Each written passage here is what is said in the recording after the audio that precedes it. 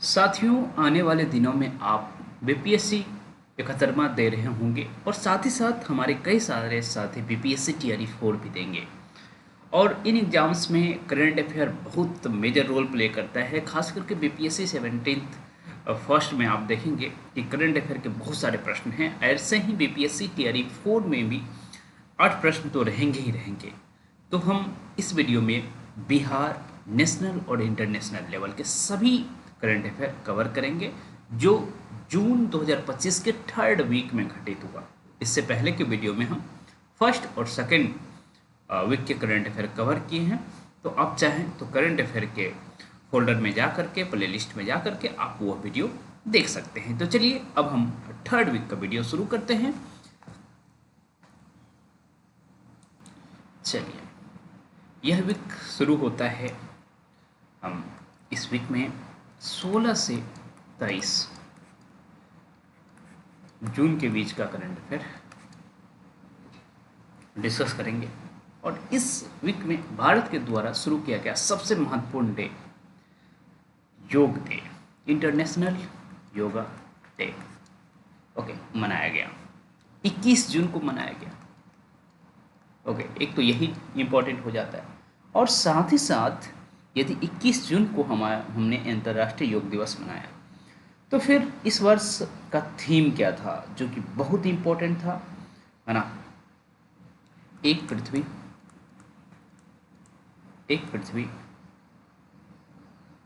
एक स्वास्थ्य के लिए योग।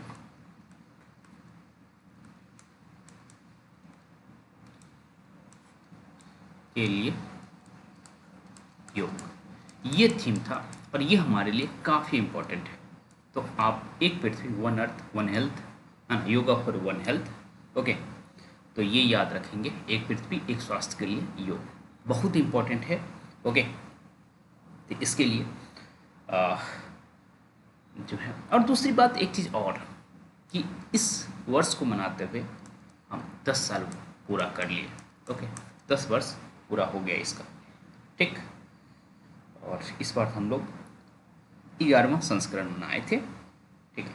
चलिए अब हम नेक्स्ट की तरफ बढ़ते हैं, नेक्स्ट करंट अफेयर देखते हैं। और डेट वाइज ही देखेंगे, लेकिन ये मुझे सबसे इम्पोर्टेंट लगा था।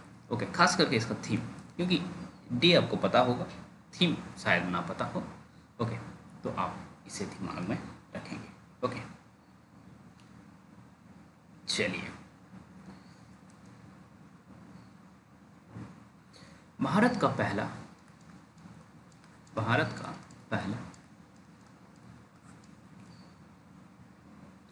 कृषि ड्रोन स्वदेशीकरण केंद्र कहाँ खोला गया?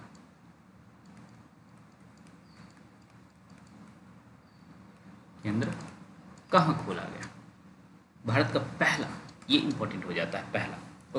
कृषि ड्रोन स्वदेशी केंद्र कहाँ खोला गया? ये काफ़ी इंपॉर्टेंट है और ये चेन्नई में खोला गया।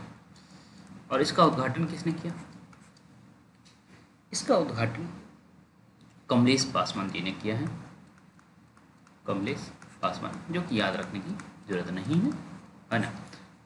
केंद्रीय कृषि राज्य मंत्री हैं। ये इन्होंने इसका उद्घाटन किया है। लेकिन हमारे लिए अभी तक एक तो ये है, कृषि ड्रोन स्वदेशीकरण केंद्र चेन्नई में खुला है, लेकिन ये जो है किसकी कंपनी है, कहाँ ये शुरू किया गया? तो ये शुरू किया गया है गरुड़ एरोस्पेस। ये कंपनी है, यही शुरू किया गया है कृषि ड्रोन स्वदेशीकरण केंद्र। तो कहाँ शुरू किया गया है? गरुड़ एरोस्पेस में। और ये भारत का पहला, ठीक, कृषि ड्रोन स्वदेशीकरण केंद्र है। इसे दिमाग में आप रखेंगे, ठीक है। चलिए, और यहाँ ड्रोन दीदियों को भी प्रशिक्षित किया जाएगा। ये भी आप चाहें तो याद रख सकते हैं, नहीं ये चाहें तो कम से कम इतनी बातें याद रख लीजिएगा, ठीक है। चलिए, अब देखिए, हमारे यहाँ जनगणना होने वाला है, ठीक है। जनगणना होने वाला है, ये अच्छी बात है। तो इसका संदर्भ तिथि क्या रहेगा, है ना।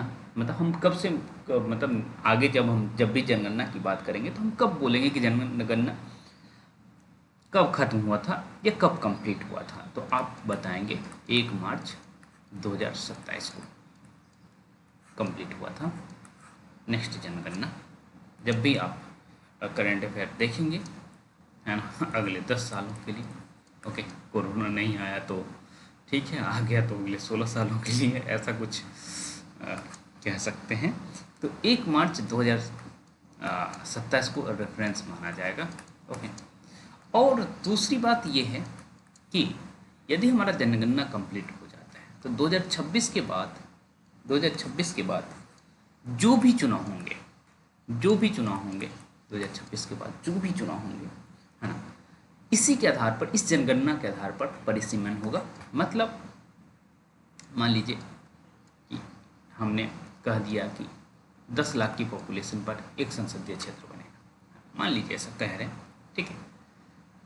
यदि किसी क्षेत्र में अब इतने ही एरिया में 10 लाख लोग रह रहे हैं, ठीक, तब इसको एक संसदीय क्षेत्र घोषित करना पड़ेगा, है ना, इसको दूसरा, ओके, इसको तीसरा, चौथा।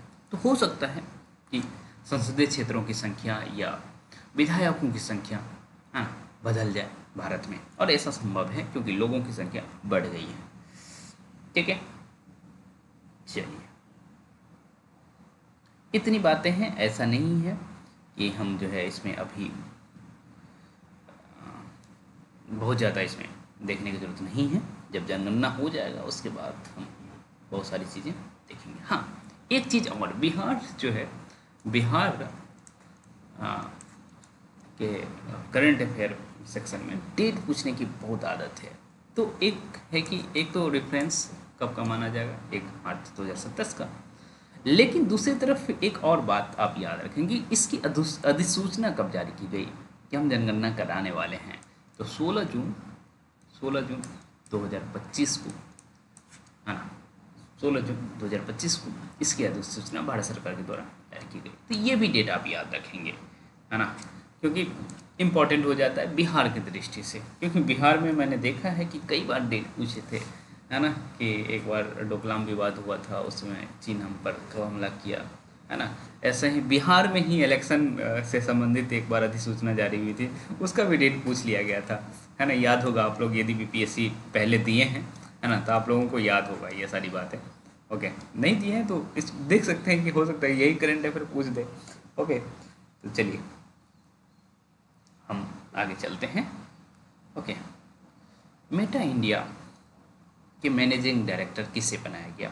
मेटा इंडिया, मेटा मतलब फेसबुक, ये मान के चलिए मेटा इंडिया, ओके, और उसका इंडिया वाला ब्रांच के एमडी मैनेजिंग डायरेक्टर कौन बने, ठीक है। तो अरुण श्रीनिवास जी को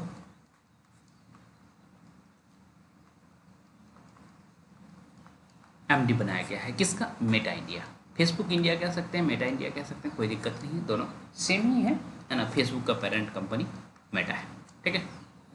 तो मेटा इंडिया के मैनेजिंग डायरेक्टर कौन बने हैं, अरुण श्रीनिवास। इससे अधिक हम कुछ भी नहीं देखेंगे प्राइवेट कंपनियों के बारे में। हाँ, उन कंपनियों के बारे में ज़्यादा देखेंगे प्राइवेट यदि होगा भी तो, जैसे हमने अभी कुछ कंपनियों के बारे में देखा भी, शायद एक कंपनी, ओके, जिसका हमारे कृषि में, स्पेस में काफ़ी योगदान हो, उसके विषय में हम देखेंगे, ठीक है। तो मेटा इंडिया के सीईओ, नहीं सॉरी, एमडी कौन बने हैं, अरुण श्रीनिवास, ठीक है। एक करंट अफेयर बन सकता है कि फीफा वर्ल्ड कप 2026 कहाँ होने वाला है। फीफा वर्ल्ड कप 2026, तो ये अमेरिका में होगा, यूएसए में होगा, ठीक है, ये होगा 2026 में। लेकिन इसी को जांचने के लिए, है ना, फीफा क्लब वर्ल्ड कप हो रहा है ना, फीफा, यहाँ बस क्लब लगा दीजिए, क्लब वर्ल्ड कप, है ना। इसमें बहुत सारे टीम हैं, 32 टीम हैं, और ये भी अभी अमेरिका में ही हो रहा है कि यदि रियल में फीफा वर्ल्ड कप होगा तो उसको सस्टेन कर पाएगा या नहीं कर पाएगा अमेरिका, उसी की जांच के लिए, है ना। तो मुझे लगता है कि फीफा क्लब वर्ल्ड कप भी आपके लिए इंपॉर्टेंट हो जा रहा है, और दोनों का आंसर चूँकि अमेरिका ही है तो कोई बड़ी बात नहीं है, ओके। चलिए G20 के शेरपा कौन थे जिन्होंने अभी ही अपना इस्तीफा दे दिया? ओके, तो G20 के शेरपा। ओके, जब G20 का मीटिंग भारत में हो रहा था उस केस में काफ़ी चर्चित थे ये, है ना, अभी भी चर्चित हैं। अमिताभ, ये म कर लीजिए, अमिताभ कांत। ओके, अमिताभ कांत, इन्होंने इस्तीफा दे दिया, फिर भी ये न्यूज में चुकी हैं। तो G20 के शेरपा कौन थे? अमिताभ कांत। ओके, तो ये आपके लिए इम्पोर्टेंट है। ओके, अब जो है बनी हॉफ कैच, बाउंड्री कैच जो होता है बनी हॉफ कैच, वो इनवैलिड हो जाएगा। Okay, invalid. तो बनी हॉफ कैच आपने तो आपसे मान लीजिए एक टर्म ही पूछ दे, है ना, कि ये बनी हॉफ किससे संबंधित है, तो आप बताएंगे क्रिकेट से संबंधित है। और वैसे कैच मान लीजिए बाउंड्री है ना, और कई बार ऐसा होता है कि बॉल बाउंड्री के बाहर जा रहा होता है और कैच आप पकड़ने की कोशिश करते हैं, ठीक है, और कैच आपके हाथ से लगकर बाहर की तरफ चले जाता है, ठीक है, लेकिन गिरता नहीं, तो आप क्या करते हैं, जंप लगा करके इसको पकड़ने की कोशिश करते हैं। और ये कैचेज बहुत फेमस हुआ है ना, सूर्य कुमार यादव या और भी बहुत सारे लोगों का कैच फेमस हुआ है, आपको पता है, ठीक है। तो फिर उसके बाद क्या करते हैं, इसको फेंक देते हैं इधर की तरफ और फिर इधर से आकर के कैच ले लेते हैं आप, ठीक है। तो इस तरह के कैच को अब इनवैलिड करार दिया जा रहा है। ओके, तो बनी हॉफ आप याद रखेंगे, क्रिकेट से संबंधित है और इसे इनवैलिड किया जा रहा है, ठीक। चलिए हम आगे बढ़ते हैं।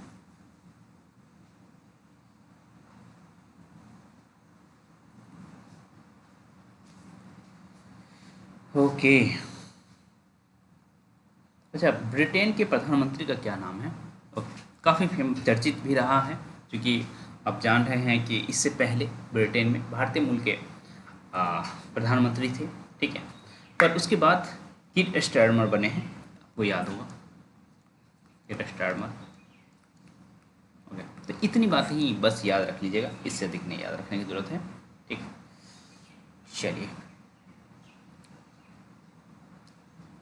ओके, अभी आपको पता है कि मोदी जी G20 के समिट में भी गए थे और साइप्रस भी गए थे, आपको याद हो तो, ठीक है, आपको याद हो तो मोदी जी साइप्रस गए थे, ठीक है, और वहाँ मोदी जी को एक पुरस्कार से सम्मानित किया गया, है ना। उस पुरस्कार का नाम क्या है? तो ये अच्छे से याद कर लीजिएगा, क्योंकि पूछा जा सकता है, ठीक है। उस पुरस्कार का नाम क्या है? Grand cross of the grand cross of the order of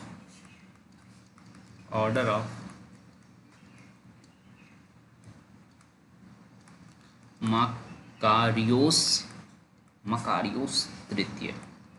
इतना बड़ा नाम है, grand cross order of Makarios तृतीय।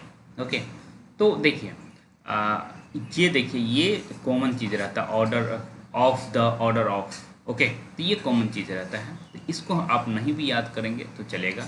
तो ग्रैंड क्रॉस, है ना, मकारियोस तृतीय, ग्रैंड क्रॉस मकारियोस तृतीय साइप्रस के द्वारा दिया गया हमारे देश के पीएम को। ओके, तो ये याद रखेंगे, है ना। आपको स्क्रीन, हाँ, आप सही से दिखेगा, ठीक है, सही से दिखेगा, स्क्रीन एडजस्ट कर दिया हूँ, ठीक है। तो ग्रैंड क्रॉस मकारियोस तृतीय कहाँ मिला मोदी जी को? साइप्रस में। ओके, चलिए, इतनी बातें याद रखेंगे। ओके, इससे अधिक नहीं याद रखेंगे।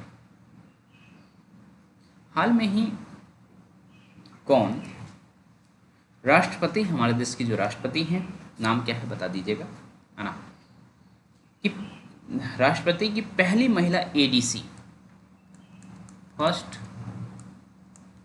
महिला एडीसी कौन बनी है? हमारे देश की राष्ट्रपति की, है ना, राष्ट्रपति की फर्स्ट महिला एडीसी, है ना, मतलब एडीसी बनी है लेकिन पहली बार एक महिला बनी है, ऐसा याद रखेंगे कि भाई। और राष्ट्रपति की क्या होता है, वास्तव में भारत की पहली महिला एडीसी बनी है, और यह है मात्र 27 साल की है यशस्वी सोलंकी।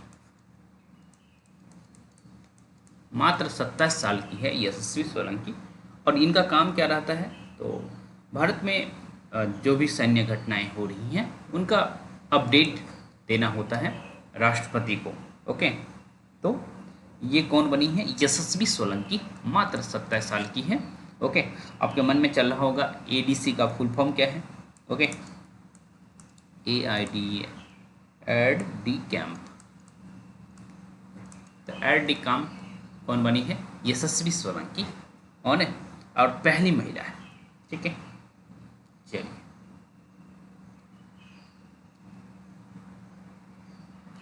ओके। भारत 4 सालों से उत्तर कोरिया में अपना राजदूत बंद करके रखा हुआ था, है ना, कि उत्तर कोरिया हम नहीं जाएंगे। लेकिन अब यह चीज़ फिर से रीस्टार्ट हो गया है, तो हम अपना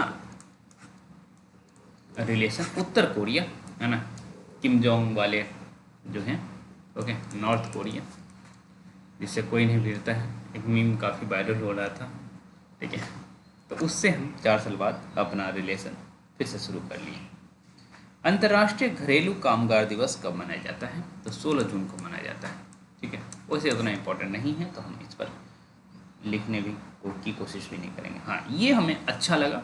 और पर्यावरण की दृष्टि से जो भी घटनाएं इस देश में हो रही है ना, या फिर विश्व में हो रही है, वो आपके लिए इम्पोर्टेंट रहता है। तो विश्व मरुस्थलीकरण एवं सूखा रोकथाम दिवस कब मनाया जाता है, सूखा रोकथाम दिवस कब मनाया जाता है, तो 17 जून को मनाया जाता है। ठीक है, तो विश्व मरुस्थलीकरण एवं सूखा रोकथाम दिवस 17 जून को मनाया जाता है। इतनी ही बातें याद रखेंगे, इससे अधिक हम नहीं याद रखेंगे। ठीक है, और 1994 से अंतर्राष्ट्रीय तौर पर इसे मनाया जाता है। चलिए आगे बढ़ते हैं हम लोग। आरबीआई का क्षेत्रीय कार्यालय पहले साउथ वाला, है ना, साउथ में जो क्षेत्रीय कार्यालय है वो हैदराबाद में हुआ करता था। अब वो कहाँ आ गया, क्षेत्रीय कार्यालय शिफ्ट हो गया कहाँ, तो विजयवाड़ा में। विजयवाड़ा में आरबीआई का क्षेत्रीय कार्यालय शिफ्ट हो गया। तो आरबीआई का क्षेत्रीय कार्यालय, है ना, हैदराबाद से विजयवाड़ा में शिफ्ट हो गया। ये आपके लिए इम्पोर्टेंट है। ठीक, इसे याद रखेंगे। अच्छा, अभी आरबीआई के उप गवर्नर कौन है, आरबीआई के उप गवर्नर, है ना, टी रवि शंकर। ओके, क्या हम जून 2nd वीक का जब बात कर रहे थे तो टी रवि शंकर के विषय में आपको कुछ बताए थे, और यदि हम बताए हैं तो प्लीज़ कमेंट में बताइए कि आप बताए हैं, और साथ ही साथ क्या बताए हैं ये भी बताइए। ओके, क्योंकि मैंने बताया है, तो टी रवि शंकर के विषय में मैंने कुछ बताया है। ओके, उसको याद रखेंगे। और साथ ही साथ अभी कम से कम इतना तो बता ही रहा हूँ कि आरबीआई के उप गवर्नर हैं, है ना। तो चलिए एक और प्रश्न बन जाता है, तो आरबीआई के गवर्नर कौन है अभी। ओके, तो आपको ये भी बताना है कि आरबीआई के गवर्नर कौन है। और ये बात सबको पता है ना, आपको नहीं पता है तो आप जो है गूगल करके बता दीजिए, लेकिन ज़रूर बताइए एटलीस्ट 2 बार। एक तो गूगल करेंगे तब आप देखेंगे, दूसरी बात आप टाइप करेंगे तब देखेंगे। तो यदि हूबहू आ जाए तो आप क्या करेंगे, है ना। जैसे एक बार आ गया था बिहार में ही, है ना, बिहार के मुख्य सचिव कौन है। ओके, बिहार के मुख्य सचिव कौन है, तो ऐसे ही प्रश्न आ सकता है। तो आप कम से ये भी बता दीजिएगा बिहार के मुख्य सचिव कौन है। ओके, तो ये पोस्ट्स के विषय में प्रश्न बनता है, तो क्यों ना आप याद रखें। ओके, तो याद रखिए और बताते रहिए। ठीक है, बाकी यदि हमसे, है ना, बीपीएससी टीआरई 4 की तैयारी करना चाहते हैं, जीएस भी पढ़ना चाहते हैं और साथ ही साथ हिंदी साहित्य भी डिटेल में पढ़ना चाहते हैं, तो बैच ज्वाइन कर सकते हैं। मात्र जीएस भी पढ़ना चाहते हैं तो भी बैच ज्वाइन कर सकते हैं। ठीक है, और ऐप है फ्री तो डाउनलोड कर सकते हैं। तो हम नेक्स्ट चलते हैं। ओके, चलिए, ये बहुत अच्छा लगा मुझे। ओके, ये बहुत अच्छा लगा कि जनजातीय सशक्तिकरण के लिए एक अभियान छेड़ा गया है भारत में। ओके, और उसका नाम क्या है, धरती आबा जन भागीदारी अभियान। आपको ऐसे ही आ जाए धरती आबा जन भागीदारी अभियान। ओके, तो ये किससे संबंधित है? तो ऑब्वियस सी बात है, जनजातियों को, है ना, सबल करने के लिए यह अभियान चलाया जा रहा है। किसके द्वारा? जनजातीय कार्य मंत्रालय द्वारा। ठीक है। और धरती आबा किसको बोलते हैं? तो बिरसा मुंडा को हम धरती आबा बोलते हैं। ओके, ऋषिकेश सुलभ का एक नाटक भी है धरती आबा। ओके, चलिए, हाँ, एक चीज़ जो मुझे लगता है कि आपको इसमें पता होना चाहिए कि इस कार्यक्रम की शुरुआत हम 15 जून को कर रहे हैं, एक तो बात है, लेकिन उतना ये इम्पोर्टेंट नहीं है जितना अभी मैं बताने जा रहा हूँ कि ये कहाँ कहाँ हो रहा है ना।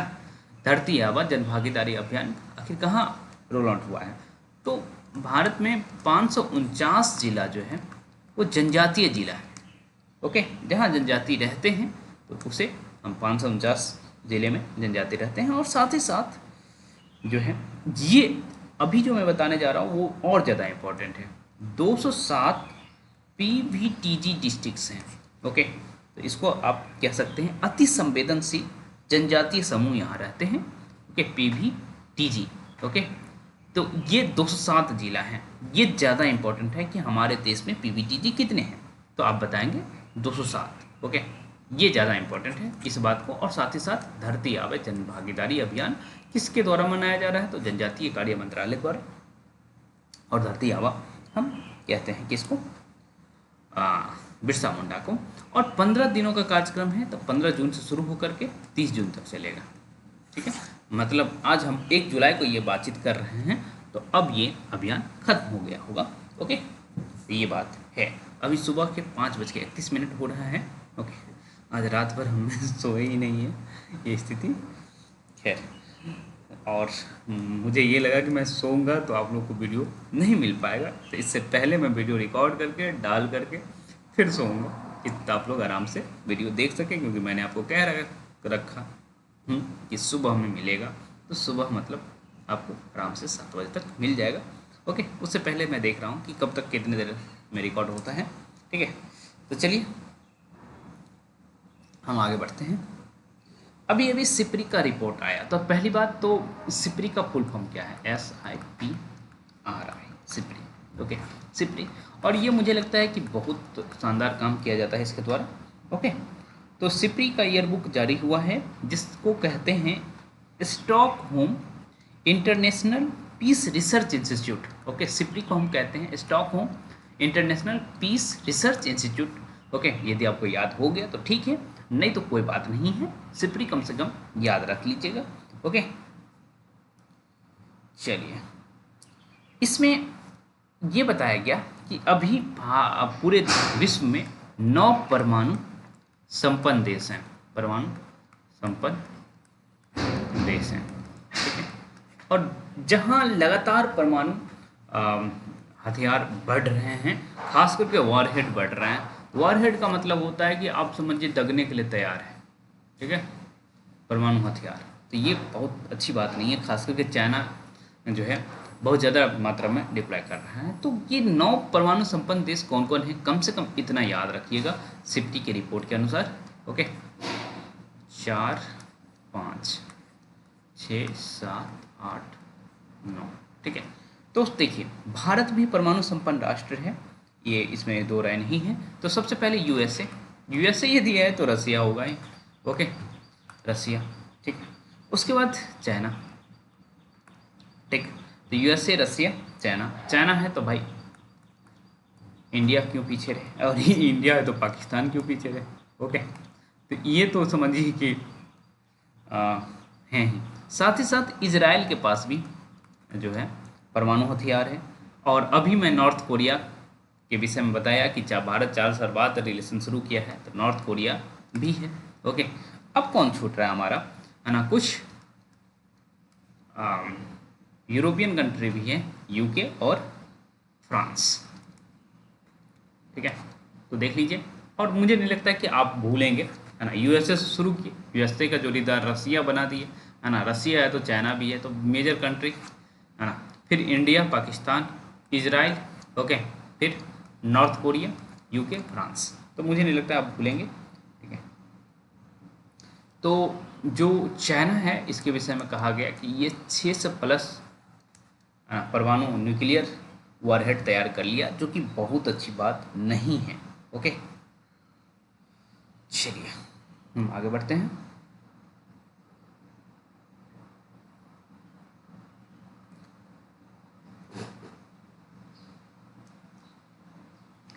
खेल होता है, एक खेल होता है पोल वॉल्ट। ओके,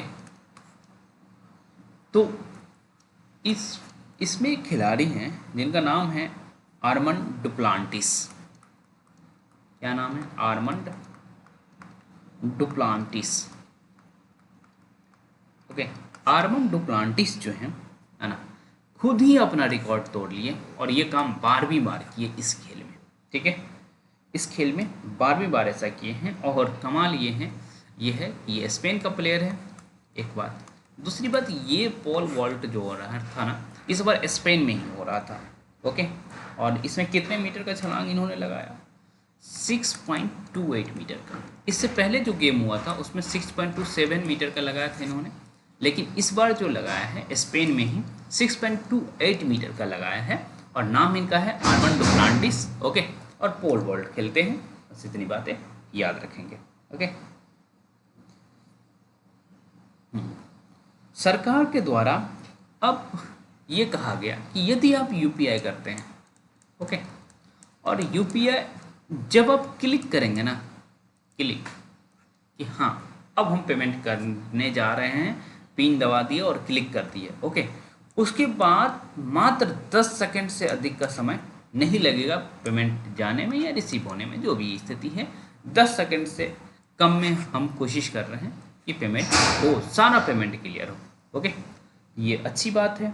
अभी अभी भारत सरकार के द्वारा यूएलआई भी शुरू किया गया है ना, यूनिफाइड लोन इंटरफेस करके जो है ये शुरू किया गया है, ठीक। तो आप लोगों के लिए जब ये होगा तो उसके विषय में बताएंगे भी। ओके, और ये मैनेज कौन करता है? ओके, तो ये यूपीआई या यूएलआई दोनों मैनेज करता है ना। NPCI, national payments corporation of India, NPCI. Okay, तो यूपीआई किसके द्वारा मैनेज किया जाता है? एनपीसीआई के द्वारा। ओके, चलिए, टीसीएस जो है उसके पास बहुत पैसा है, टाटा कंसल्टेंसी सर्विस के पास बहुत पैसा है ना। तो वो अपने एसेट मैनेजमेंट के लिए, है ना, वित्तीय परिचालन के लिए कह सकते हैं, फिनेंशियल जितना ट्रांजैक्शन होता है इनके यहाँ, है ना, तो उसको मैनेज करने के लिए सीईबी के साथ हाथ मिला लिया है। ओके, सीईबी क्या है? तो यूरोपियन डेवलपमेंट बैंक है, council of European development bank के साथ हाथ मिला लिया है, council of European development bank. Okay, चलिए हम आगे बढ़ते हैं।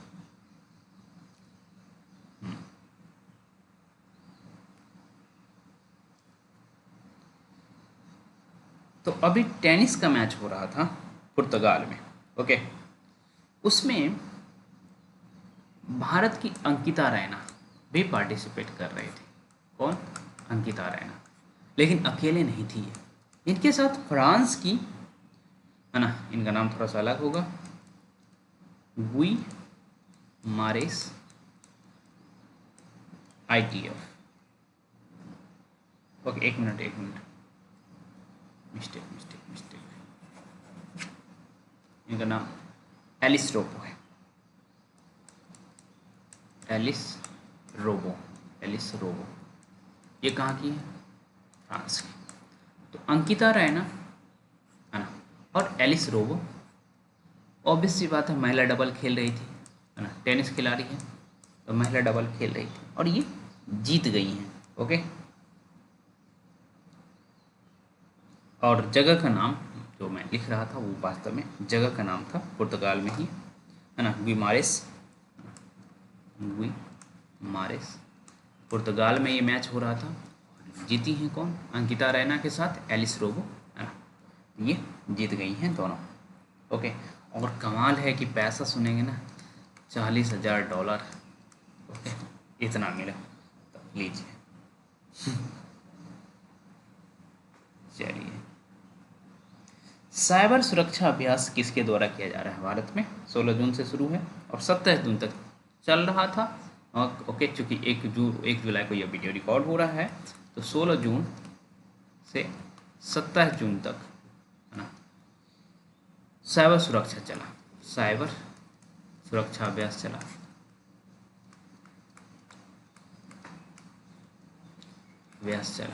ओके, और इसी के तहत आप अमिताभ बच्चन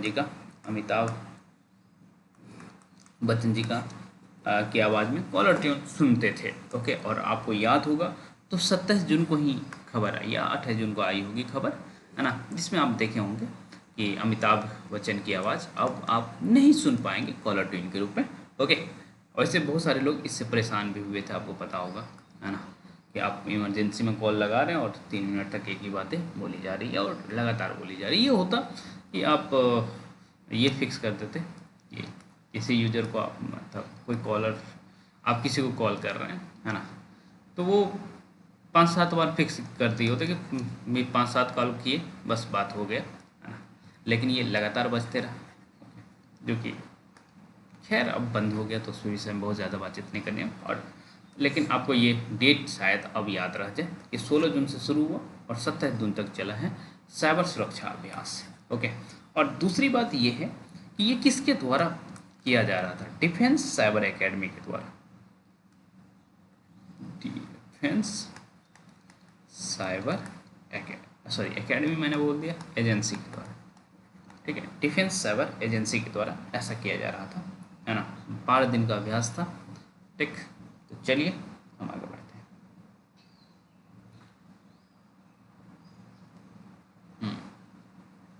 ये देखिए, बिहार से संबंधित एक खबर है और बहुत इंपॉर्टेंट खबर है। ओके, आप ये देख पाएंगे कि ई वोटिंग करने वाला पहला राज्य बन गया, फर्स्ट राज्य कौन बना? बिहार। ओके, ई वोटिंग करने वाला फर्स्ट राज्य कौन सा बन गया? बिहार। ओके, ये याद रखेंगे। और ये एंड्रॉयड ऐप के माध्यम से आप जो है वोट कर पाएंगे, यदि आप जैसे माइग्रेंट हैं, बहुत सारे बिहार के बाहर भी हैं, बिहार के बाहर बहुत सारे बिहारी रहते हैं, मैं भी बिहार से हूँ तो बिहार के बाहर ही रह रहा हूँ, है ना। ऐसा ही बहुत सारे मजदूर होते हैं और भी लोग होते हैं जो वोट देने के लिए या तो बिहार नहीं पहुंच पाते या फिर पोलिंग बूथ तक भी नहीं पहुंच पाते।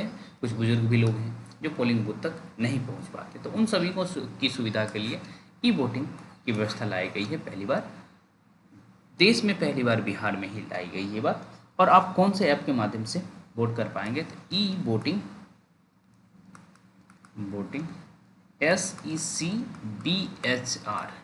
है ना, इस ऐप का नाम भी याद रखेंगे, ई वोटिंग SECBHR।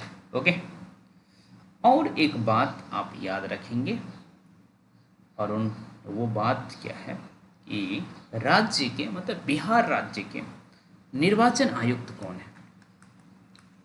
बिहार के निर्वाचन आयुक्त कौन है? तो उनका नाम है दीपक प्रसाद। तो इस बार जो भी चुनाव होगा ना, उसमें, है ना, राष्ट्रीय स्तर पर कौन है हमारे मुख्य चुनाव आयुक्त, उनका नाम आप बता दीजिए। ओके, राष्ट्रीय स्तर पर।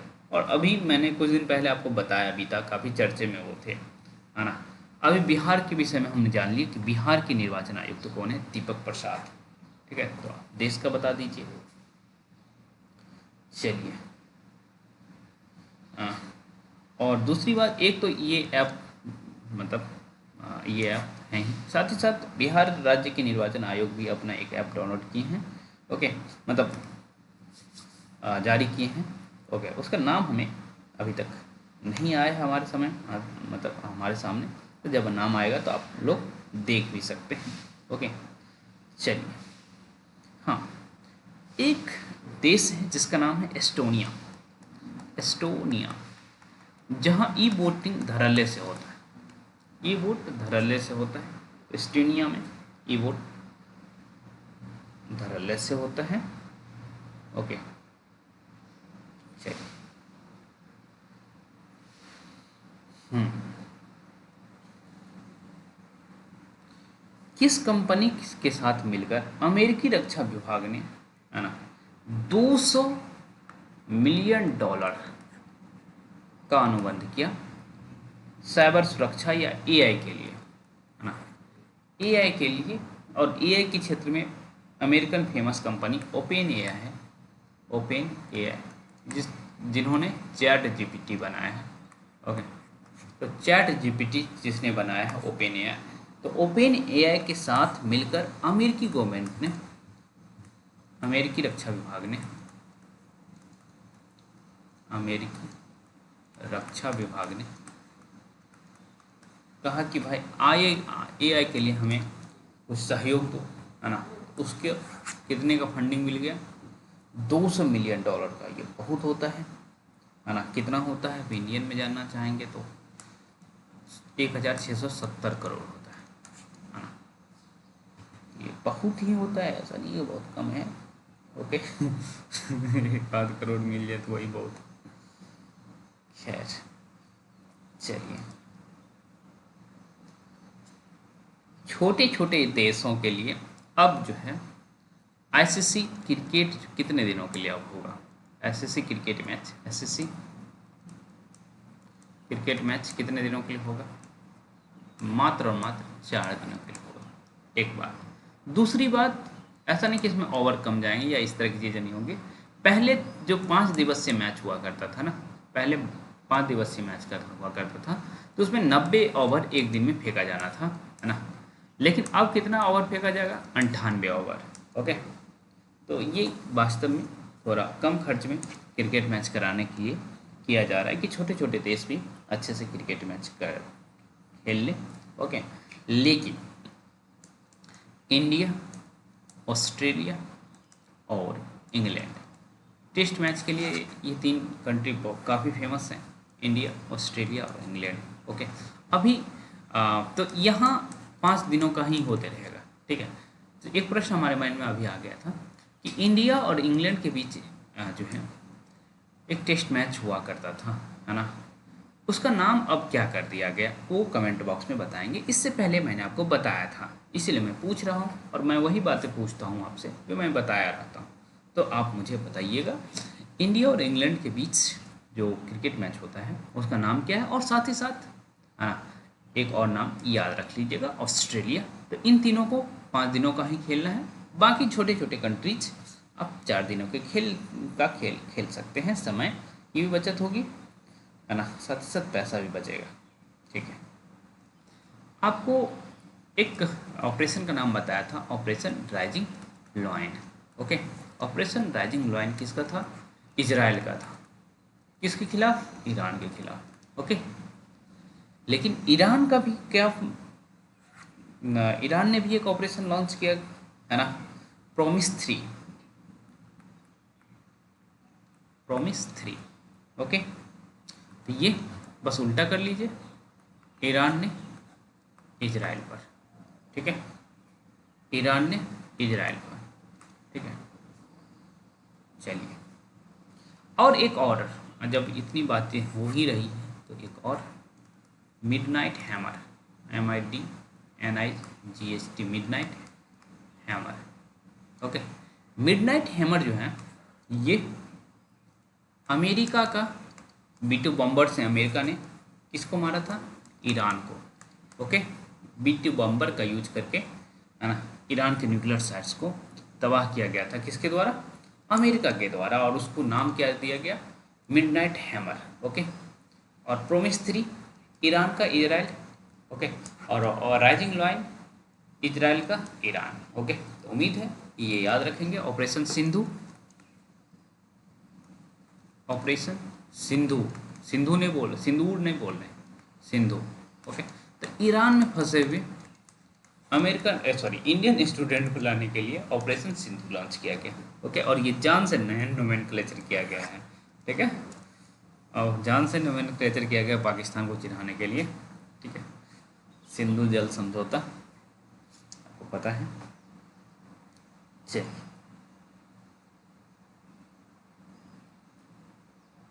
हम आगे बढ़ते हैं।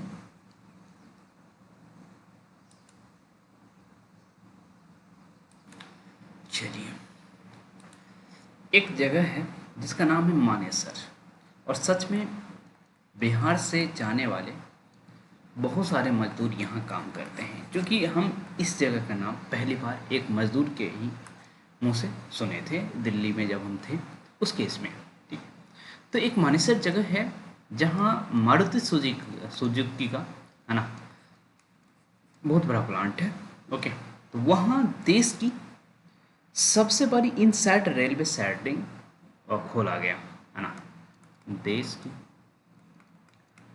सबसे बड़ी in plant railway siding, in plant, in plant, अब ये क्या होता है बताता हूँ, रेलवे साइडिंग।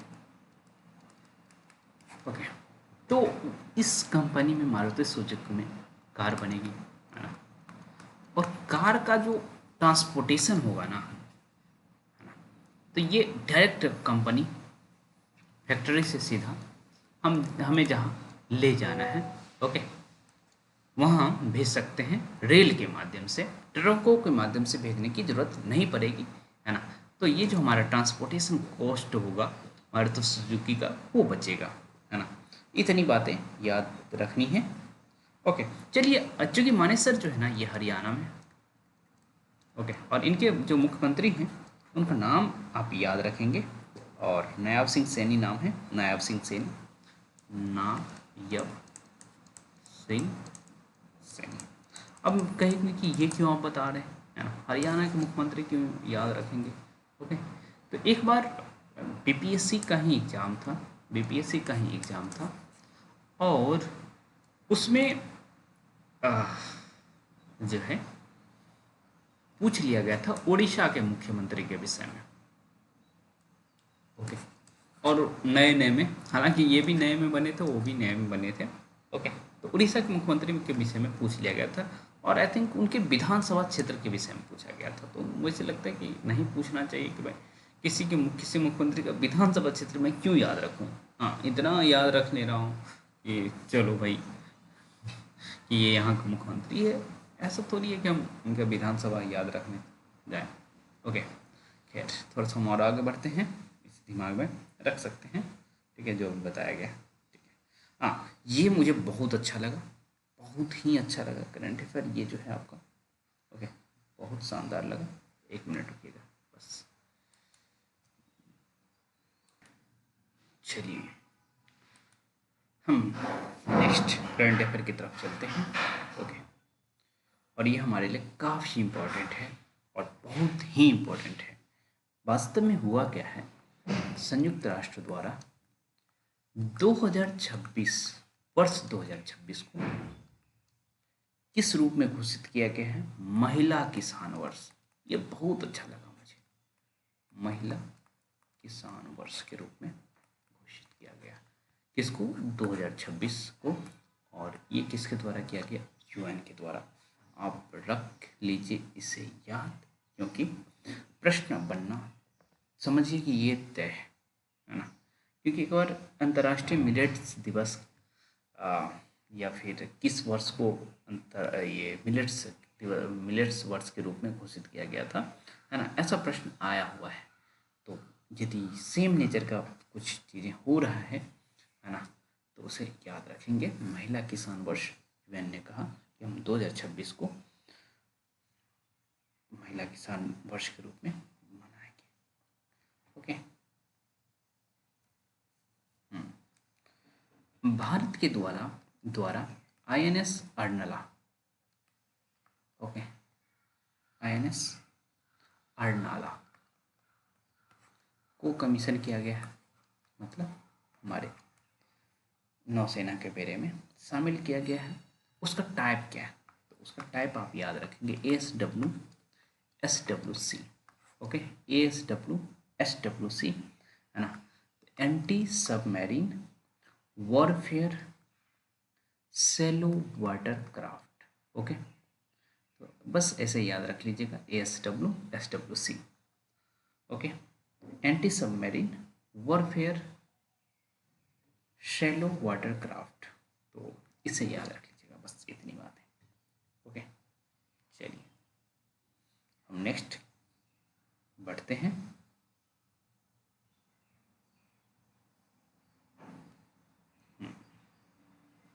ये भी बहुत इंपॉर्टेंट है और भारत की दृष्टि से काफ़ी इंपॉर्टेंट है। अंतर्राष्ट्रीय बिग कैट अलायंस की मेजबानी, इसका पहला मीटिंग ही हुआ है और वो भी भारत में ही। तो अंतर्राष्ट्रीय बिग कैट अलायंस IBCA, अंतर्राष्ट्रीय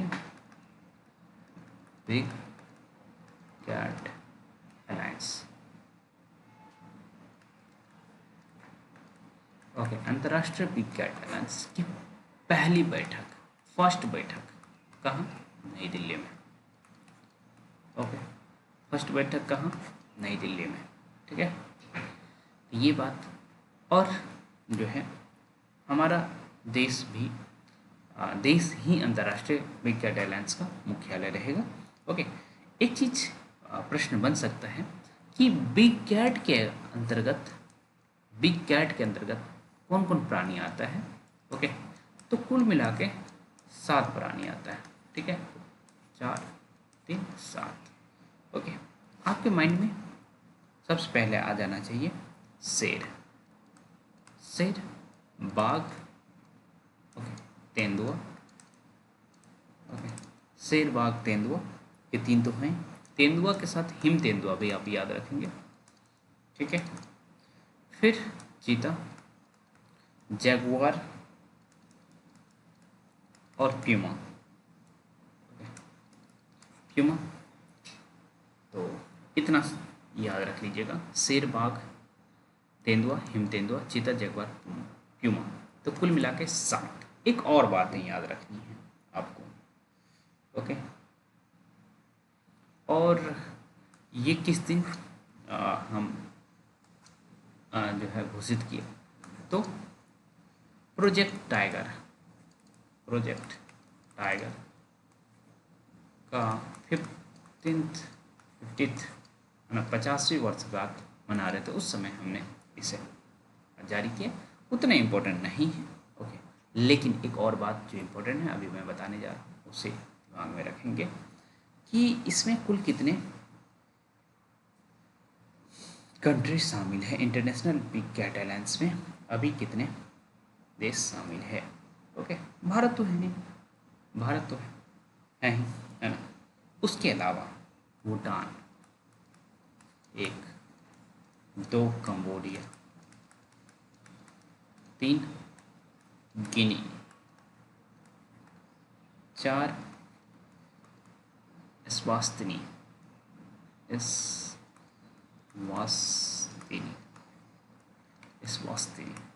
5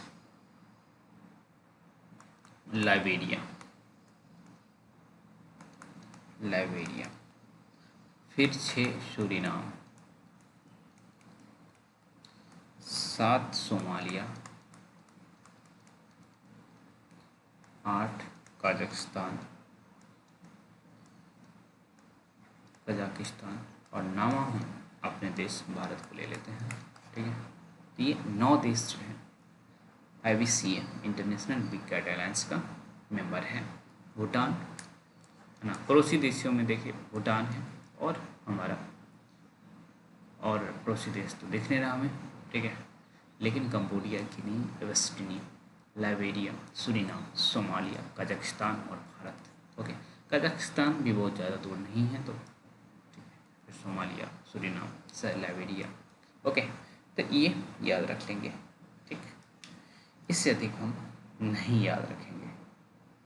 चलिए आगे बढ़ते हैं हम लोग। एक चीज़ जो अच्छा लगा मुझे, अब आप लोगों को पता नहीं कैसा लगा, क्योंकि मैं कम ड्राइव करता हूँ तो मुझे बहुत ज़्यादा आइडिया भी नहीं होगा, लेकिन एक चीज़ मुझे अच्छा ही ऐसा फील हो रहा है कि ये अच्छा ही हुआ होगा, है ना। अभी तक मैंने कभी NH क्रॉस करते हुए टोल टैक्स नहीं दिया। ओके, इस वजह से मुझे आइडिया भी नहीं है कि क्या स्थिति है। फिर भी यदि आपके पास आप निजी वाहन से आते जाते हैं, ओके, निजी वाहन से जैसे कार से आते जाते हैं, तो आप साल का 3,000 का पास बना सकते हैं। तो ये अमाउंट याद रखना है कि निजी वाहनों के लिए, है ना, साल का 3,000 का पास बनाने की बात की गई है। तो एक तो ये इम्पोर्टेंट है।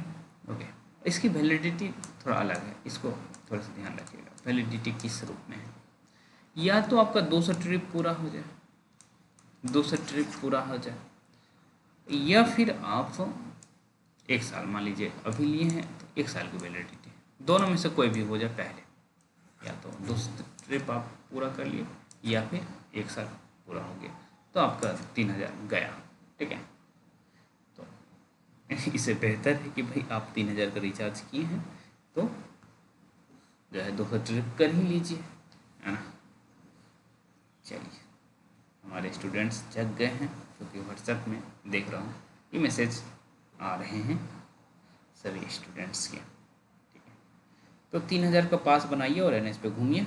ओके, और बहुत सारे ऐप हैं, उसके माध्यम से अपना रिचार्ज कर सकते हैं आप। एक तो NHAI, okay, national highway authority of India, MO, ministry of road transport, ये, और फिर राजमार्ग यात्रा ऐप, राजमार्ग यात्रा ऐप के माध्यम से भी आप अपना फास्टैग रिचार्ज कर सकते हैं। और 3,000 रुपये का रिचार्ज करिए, 200 ट्रिप लगाइए। ठीक है, चलिए, बॉन जलवायु सम्मेलन कहाँ हुआ? तो वास्तव में बॉन जो है ना, बॉन ये जर्मनी में है। बस, तो बॉन जलवायु सम्मेलन कहाँ हुआ? जर्मनी में। बस इतनी बातें याद रखेंगे आप। ओके, चलिए नेक्स्ट हम बढ़ते हैं। हो सकता है कि करंट अफेयर लंबा भी हो रहा हो, पर भाई अब एक वीक का एक साथ पढ़ेंगे तो होगा ही। एक्जिम 4 में AXIO में, एक्जिम 4 में भारत की तरफ से कौन जग गया है? शुभांशु शुक्ला, है ना, शुभांशु शुक्ला। ओके, और स्पेस में से उन्होंने बातचीत की है, ये भी आपको सुनाया गया था। ओके, तो 22 जून को यह हुआ है। ठीक है, चलिए, नैनो कैप्सूल किसने डेवलप किया है? Nano cap. और किसके लिए यूज होगा? Nano cap, nano cup, cap नहीं कहेंगे, कप। और नैनो कप किसने डेवलप किया है ना? 3 लोगों का कंट्रीब्यूशन है, 3 कंपनी या 3 इंस्टीट्यूट्स। एक तो है INST Mohali, Mohali, okay, INST Mohali हो गया। IIT बॉम्बे, IIT बॉम्बे, और फिर टाटा मेमोरियल सेंटर का ही एक पार्ट है, ACTREC, ओके, ACTREC, ओके, ये टाटा मेमोरियल, ओके, सेंटर का ही पार्ट है। ओके, इन तीनों ने मिलकर नैनो कैप डेवलप किया। और ये किसके खिलाफ काम करेगा? तो कैंसर के खिलाफ, कैंसर के खिलाफ नैनो कैप डेवलप किया गया है। INST मोहाली, IIT बॉम्बे और ACTREC TMC Tata memorial centre के द्वारा डेवलप किया गया है। इतनी बातें यदि आपको याद रहेगा तो अच्छा लगेगा मुझे, बस इतनी बातें। ओके, राम बहादुर राय जी को पद्म भूषण पुरस्कार से सम्मानित किया गया है। ओके, राम बहादुर राय को पद्म भूषण, और ये पूछा जा सकता है कि किस पेशे से हैं। ओके, बहादुर राय को पद्म भूषण दिया गया है, और ये पत्रकार है। ओके, पत्रकार है। ठीक है, चलिए, थोड़ा सा मैं अपना स्पीड बढ़ा रहा हूँ। ऑपरेशन सिंधु के बारे में मैंने आपको बताया था कि ईरान से भारतीयों को लाने के लिए भारत ने ऐसा किया। ओके, G7 समिट कहाँ हुआ? तो कनाडा में। ओके, और G7 में कौन कौन कंट्री है मैंने आपको बताया, कौन कौन कंट्री? तो USA और कनाडा तो हैं। ओके, ठीक है, एक एशियाई देश भी है जिसका नाम जापान है। ठीक है, बाकी जो है यूरोपियन कंट्री हैं, बाकी यूरोपियन कंट्री UK, फ्रांस है, इटली है और जर्मनी है। Okay, France, Italy, UK, France, Italy, Germany. ठीक, और इधर USA, कनाडा और जापान। Okay, Japan. ओके, ये है। इसमें भारत भी पार्टिसिपेट किया, है ना, और AI पर भारत ने काफ़ी जोर दिया, है ना। और साथ ही साथ AI एआई के द्वारा जो डीप फेक वीडियो जारी किया जाता है ना, एआई से की मदद से डीप फेक वीडियो बना सकते हैं। तो उस पर भारत ने कहा कि कम से कम इतना तो रहे कि वाटर मार्क लगे। ओके, तो ये संबंधित बातचीत भारत के द्वारा रखा गया है। ओके, एआई और यही डीप फेक संबंधित। ओके, चलिए हम आगे बढ़ते हैं। बस ये, हाँ, कनाडा में हुआ है। कनाडा के जो प्रधानमंत्री जी हैं उनका नाम आपको पता होना चाहिए, है ना? क्या नाम है?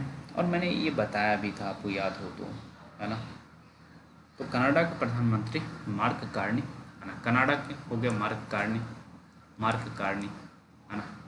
Mark Carney. यूएसए के तो ट्रम्प साहब हैं राष्ट्रपति। जापान के शायद आप लोगों को नहीं पता हो, मुझे लग रहा है। तो जापान के नाम है, जापान के प्रधानमंत्री जी का नाम है ना? ये याद रख लीजिएगा, Shigeru Shigeru Ishiba, Shigeru Ishiba. Okay, इनका तो अभी मैंने बताया है, यूके के प्रधानमंत्री का नाम, है ना? मैंने आपको बताया है ना, कीर स्टारमर। ओके, इटली इटली वाली काफ़ी फेमस होती रहती हैं। बहुत लोग जॉर्जिया मेलोनी के साथ मोदी जी का फोटो, मोदी जी के तस्वीर को लगा करके, ओके, मोदी जी से डीप फेक के विषय में बात करने चले गए। ये और डीप फेक, मेरा तस्वीर लगवा देते हो तुम लोग यार।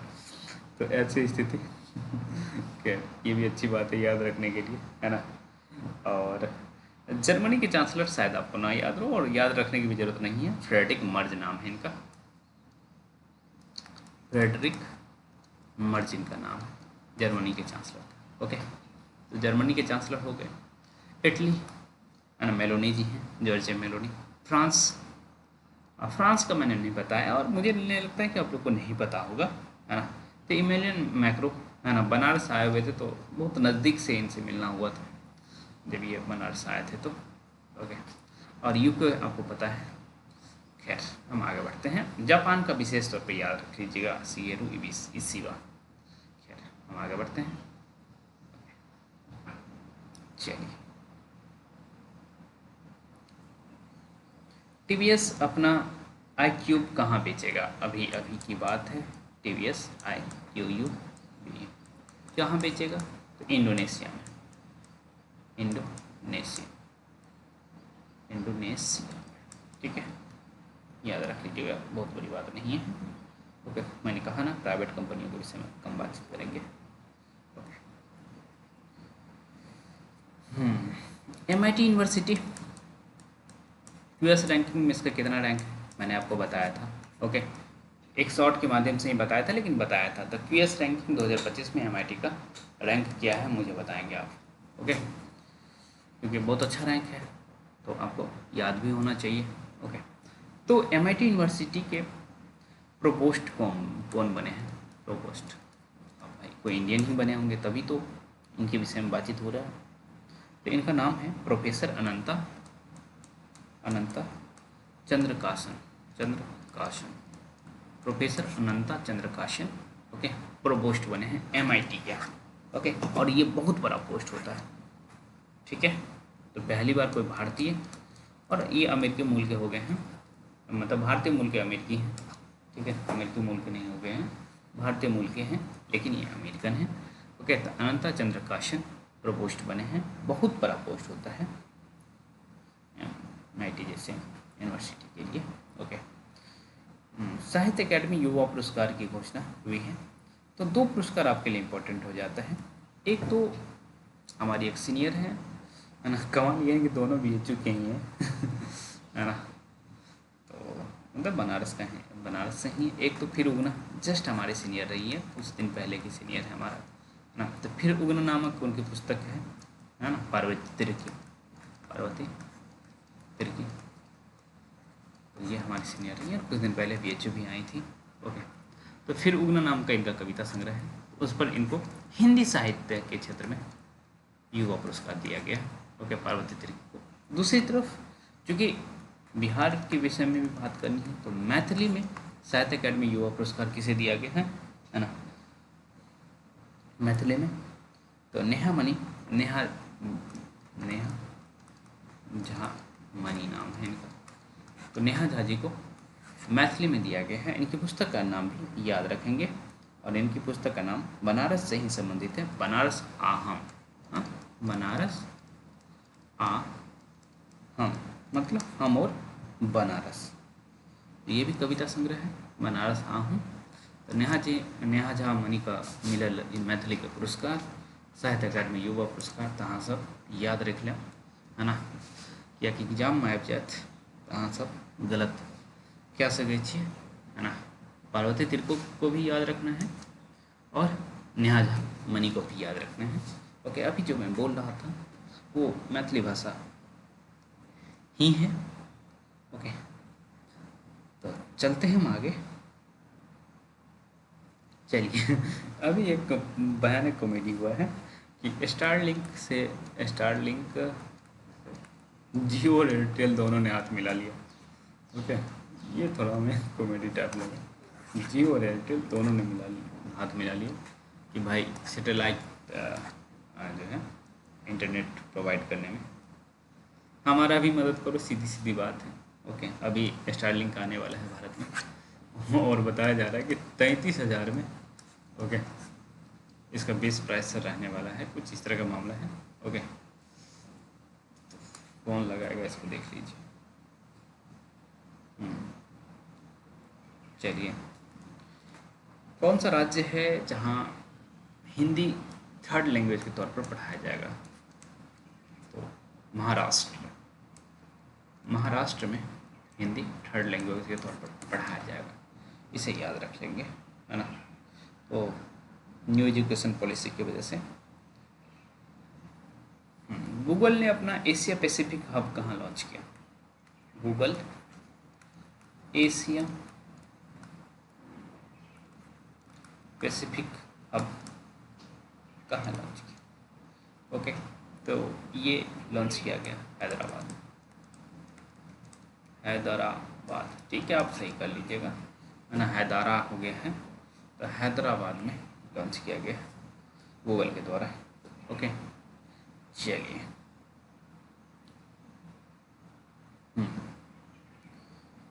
ऊर्जा बदलाव सूचकांक में भारत की स्थिति थोड़ी गड़बड़ा गई है ना।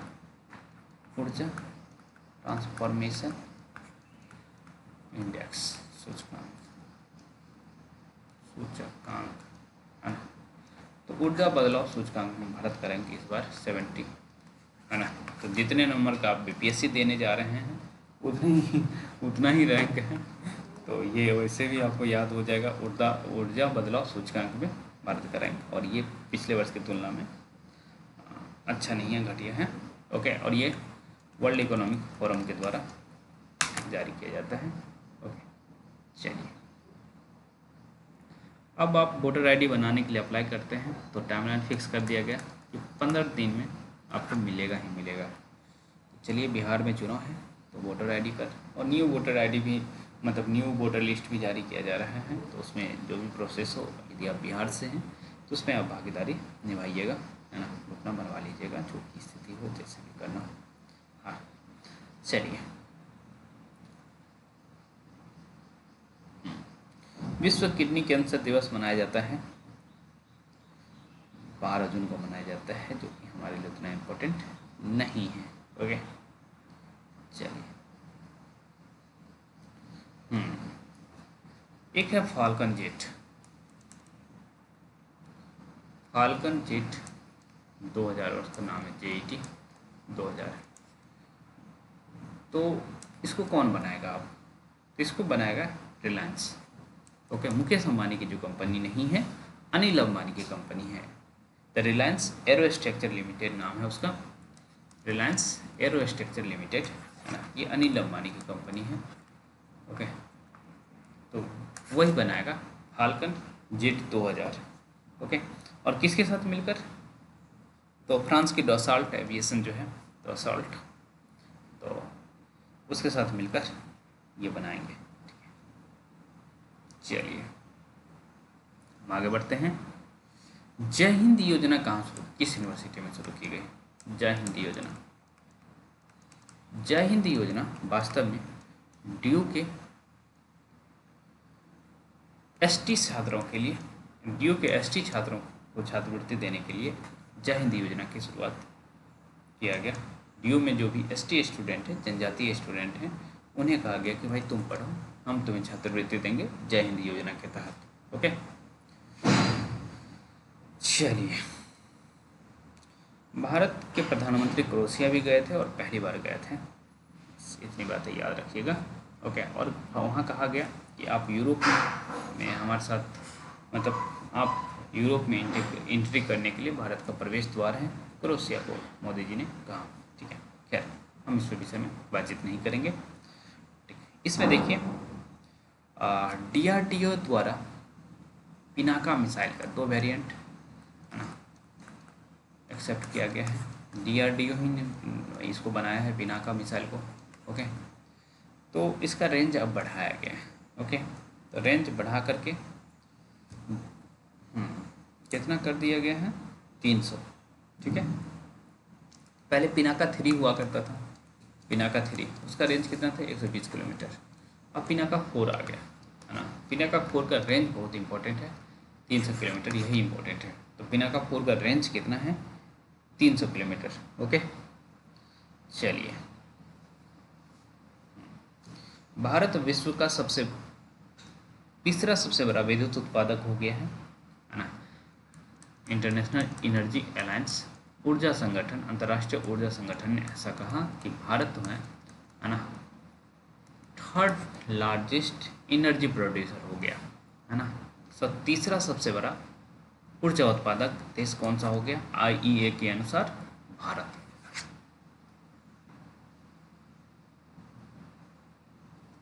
चलिए,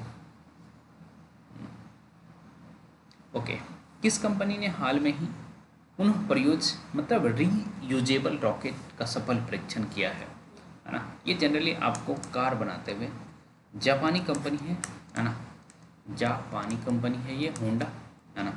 इन्होंने रीयूजेबल रॉकेट का सफल परीक्षण कर लिया। ओके, किसने, होंडा। और बाइक भी काफ़ी है, बाइक भी पहले हीरो होंडा साथ में था, अब होंडा अलग, हीरो अलग है ना। और काफ़ी इसकी बाइक जो है प्रसिद्ध भी हुए, खास करके SP 3125 वाली जो मॉडल है ना। तो चलिए हम आगे बढ़ते हैं। ओके, और ये सब करने में कौन, जो स्पेस एक्स है ना, वो काफ़ी आगे रहती है। लेकिन अब देखिए होंडा भी उस क्षेत्र में कदम रखती है। ओके, दिल्ली में आर्टिफिशियल बारिश करवाया जाना है, तो उसके लिए कौन सपोर्ट कर रहा है, कौन सा IIT कानपुर है ना। एक तो ये बात हो गई। दूसरी बात, इसमें सिल्वर आयोडाइड का प्रयोग किया जाता है। ओके, बहुत इंपॉर्टेंट है। क्लास 9th में मैं जब था तो ही हम विज्ञान प्रगति में ये बात पढ़े थे। ओके, अब मुझे बहुत अच्छा लगता है, लेकिन सच बताएं तो बहुत बेवकूफ़ी हो रही है और ना, इतना पैसा खर्च किया जा रहा है। ओके, जितना आपको आर्टिफिशियल चीज़ों पे आप पैसा खर्च कर रहे हैं, इसका परमानेंट सॉल्यूशन नहीं निकाला जा रहा है, तो मुझे अच्छा नहीं लग रहा है ये।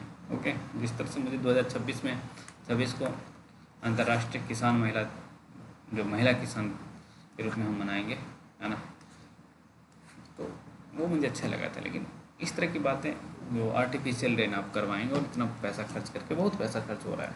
ओके, 3.21 करोड़ की खर्च हो रही है, मुझे लगता है बहुत अधिक है। ओके, अच्छा, एक चीज़, इन अंतर्राष्ट्रीय बिग कैट अलायंस के अध्यक्ष कौन है, अध्यक्ष का नाम भूपेंद्र यादव है।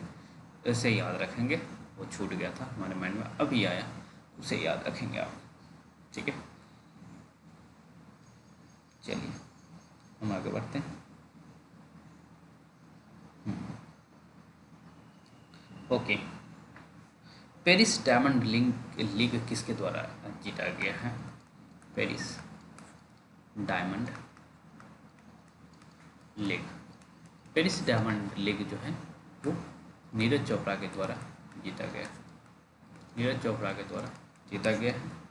और कितने मीटर पहला फेंका उन्होंने, 88 पॉइंट। ओके, और साथ ही साथ पेरिस ओलंपिक में इन्होंने कितने मीटर भाला फेंका था, और कौन सा मेडल जीता था। 2 बातें याद रखेंगे, और याद क्या रखना मैंने आपको बताया, तो आप मुझे बताइए, जैसे आप बता सकते हैं वैसे बताइए, ठीक है। तो ओलंपिक में कौन सा मेडल जीते हैं और कितना भाला फेंके थे, ठीक है। चलिए हम आगे बढ़ते हैं।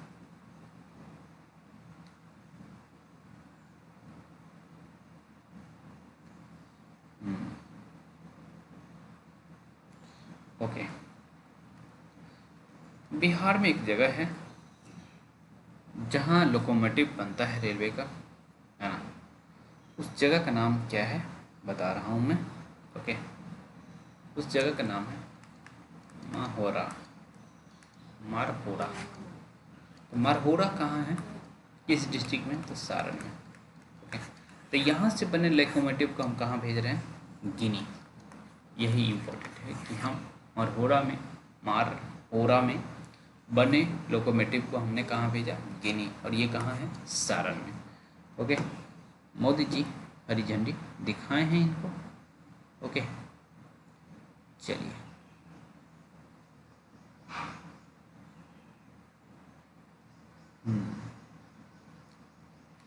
भारतीयों का 3 गुना पैसा स्विस बैंक में जमा हुआ है ना। तो जो कि बहुत अच्छा इंडिकेशन नहीं है, खास करके वर्तमान सत्ता के लिए। तो ये न्यूज कहीं ना कहीं नेगेटिव में ही रहेगा।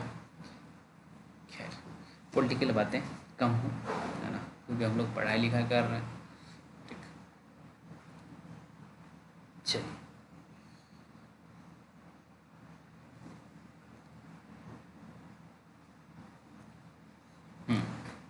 एक मूवी है, एनिमेटेड मूवी है, देसी ऊन। देसी ऊन, ओके। वो एनएससी इंटरनेशनल एनिमेशन फेस्टिवल्स में सर्वश्रेष्ठ कमीशन्ड फिल्म जूरी पुरस्कार दिया गया। तो कहाँ दिया गया, NSC international animation festival, animation, चूँकि एनिमेशन फिल्म, एनिमेशन फेस्टिवल 2025 में कौन सा पुरस्कार दिया गया, सर्वश्रेष्ठ कमीशन्ड फिल्म जूरी पुरस्कार, ओके। यही देसी ऊन याद रखेंगे। अच्छा, निर्देशक कौन था, देसी ऊन के निर्देशक सुरेश एरियत, सुरेश एरियत इसके निर्देशक हैं। चलिए हम आगे बढ़ते हैं।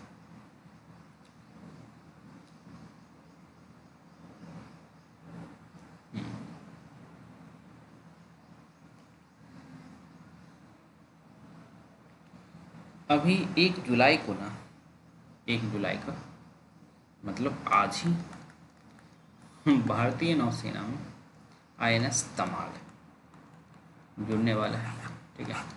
इसे भी याद रख सकते हैं, आईएनएस तमाल को, ओके।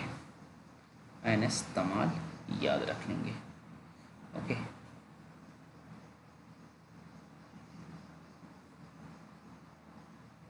चलिए, ऑपरेशन हैमर हमने आपको बता दिया।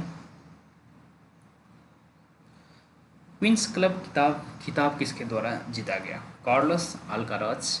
मैंने आपको इससे पहले भी बताया था, कार्लोस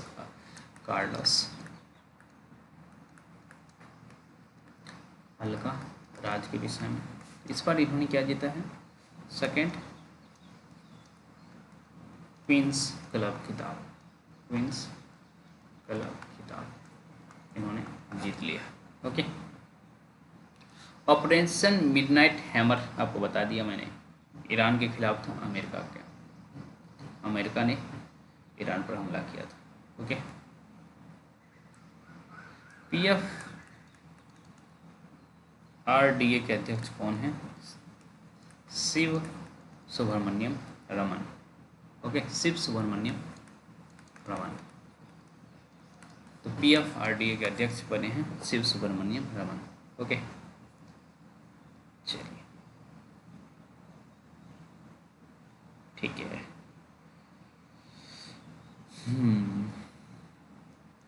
नेक्स्ट हम चलते हैं हमारे लिए कुछ और भी इम्पोर्टेंट हो सकता है। तो बस अब एक आध मिनट और लगेगा। ओके। अंतर्राष्ट्रीय ओलंपिक दिवस 23 जून को मनाया जाता है। 23 जून को इंटरनेशनल ओलंपिक डे IOD मनाया जाता है। ठीक है। हाँ, ये खबर के बाद हम रुक जाएंगे। ओके, इस खबर को देख लीजिए। तो बिहार की बात है। बिहार में वृद्ध, विधवा और विकलांग, जिसे दिव्यांग भी कहते हैं, थ्री युवा को 400 रुपया दिया जा रहा था, है ना। अब सपोर्ट प्राइस कितना कर दिया गया? 1100 रुपया। यही इम्पोर्टेंट है ना। वृद्ध, विधवा और विकलांग को पहले 400 दिया जाता था। अब बिहार सरकार ने कहा कि नहीं, 400 कम पड़ता होगा, अब 1100 कर देते हैं, है ना। 1100 जैसे बहुत ज़्यादा हो गया, कम है ये। ओके, खैर जो भी है भाई, मिल तो रहा है। ओके, पंचायत प्रतिनिधियों का भी भत्ता बढ़ा दिया गया है। ठीक है। अब जिला परिषद अध्यक्ष को 30,000 दिया जाएगा। जिला परिषद अध्यक्ष को 30,000 दिया जाएगा। ओके। उपाध्यक्ष को 20,000 दिया जाएगा। ओके। और मुखिया जी को अब भत्ता कितना मिलेगा, है ना? 7500। हंसी आ रही है, आप समझ सकते हैं। मुखिया जी को 7500, लेकिन मुखिया जी का घर देख लीजिए, है ना। पंचायत भी देखे ही होंगे, तो प्रधान जी का घर देख लीजिए। ओके। तो इतनी सारी बातें हैं। अब इसका PDF चाहते हैं तो भाई साहित्य सहचर में आ जाइए टेलीग्राम पर, और ये PDF जो लिखा हुआ है वो आपको मिल जाएगा। ओके। तो चलिए हम मिलते रहेंगे।